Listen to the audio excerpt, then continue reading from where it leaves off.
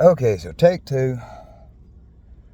This Army buddy of mine, I've known him since 1993. At one point, I was actually putting my life in his hands. We pretty much went all over South Korea, just having a good old boy time. And over the years, we stayed in touch, and one day back in 2019, he calls up and says, "Hey man, I'm having trouble keeping up with this property of mine. Come on up here and I'll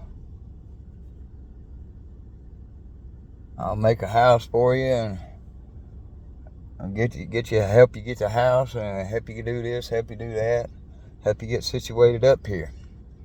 All I need is help with my land. Somebody to watch over my land when I go traveling."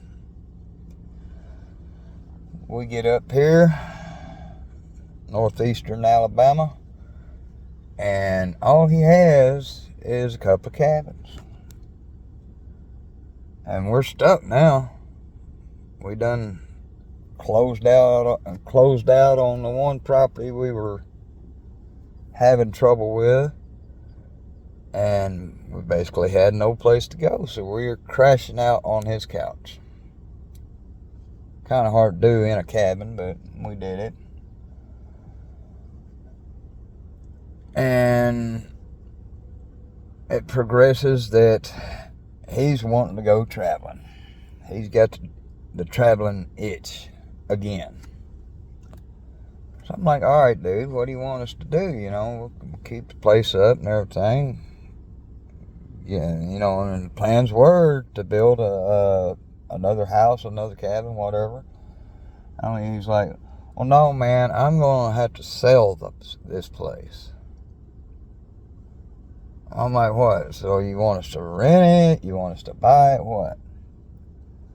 So the agreement was that I would buy the land, buy the cabins, buy the land, everything. And I told him, I was like, "Look, man, what do you want for it?"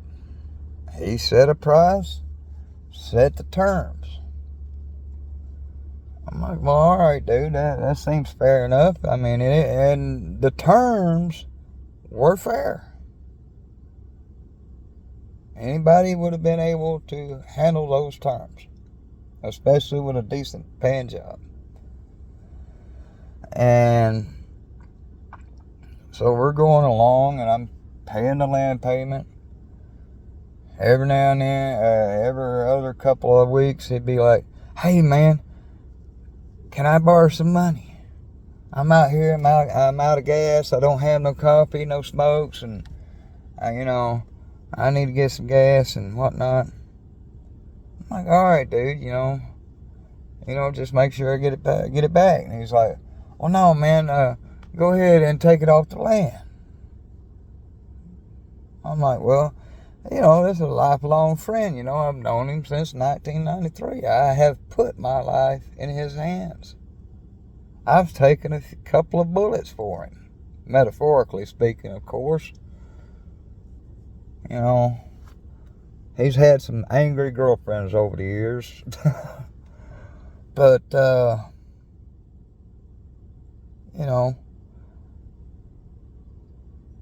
I told him before he left the first time, before he went on his first adventure, I'm like, "Dude, I need the deed. I don't care whose name it's in. I need a copy of the deed and say, hey, look, I got to get this done. Here's the deed. Here's where our markers are and everything." But the loans, property purchasing loans and everything, everybody wants the deed. So I'm like, okay. So I call him up wherever he was at the time. I'm like, "Look, dude, we need the deed. I cannot borrow from anybody else in order to get you paid without that deed." He's like, "Well, I sent it to my brother, You know, it takes me a minute, but I finally get a hold of his brother, and it comes up in conversation. He's like, I don't know what he's talking about. I've never received a deed from him to hold in safekeeping. I'm like, oh boy. But brother man, he's good with land contracts and everything. He's like, well, look, I got a lawyer and everything, and you get a copy of the deed, and you know, we'll make sure everything's all right.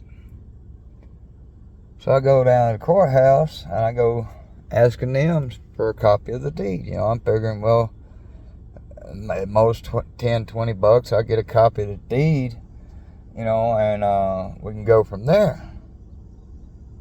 All of a sudden, Army buddy is pinging my phone like crazy. Oh, you so-and-so, you trying to steal from me, blah, blah, blah, blah, blah, blah. I'm like, what are you talking about, dude? I'm not trying to steal from you. I'm trying to get things done.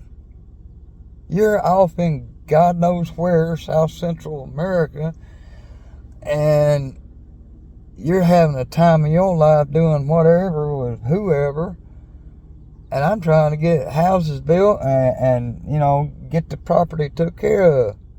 It ain't easy living out in the dang woods.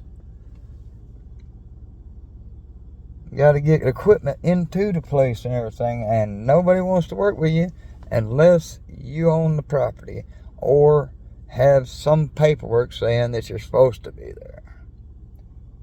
And rightly so. You know, there's been a lot of scams out there, and I don't blame the power company, the water company, whoever. I don't blame them. I think it's a little messed up, especially 2-3 years down the road. They know it's your credit card paying the bills, debit card, credit card, whatever. But they know it's your name on the credit card, but they still won't deal with you because your name's not on the deed. Your name's not associated with the land. So I'm like, look, dude, what are you talking about? I'm not trying to steal it from you. I'm trying to get it to where I can pay you. So now he is avoiding my texts. And the last thing was he was threatening me with the sheriff. I'm like, for what? I'm being honest. I don't know what you're going to tell the sheriff that I'm doing. But I tell you this, there are laws about land fraud, theft of loan money, and just straight up being a butthead.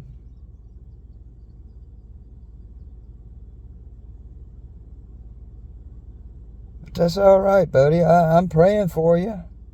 I don't know what you're on, but I really wish you'd get off of it. If you forgot your meds that your doctors are telling you to stay on, maybe you ought to get back on them. That's all I got for now, but other than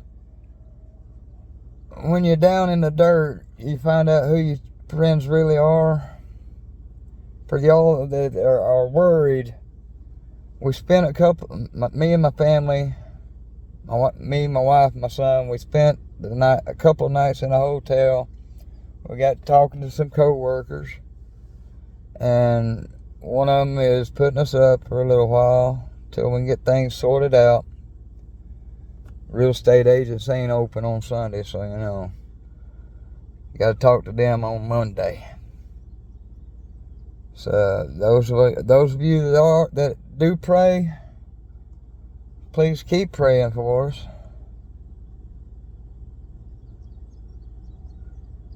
But we're gonna be all right. All I know is whatever my Army buddy's going through, I really hope he comes to his senses soon. Peace out for now.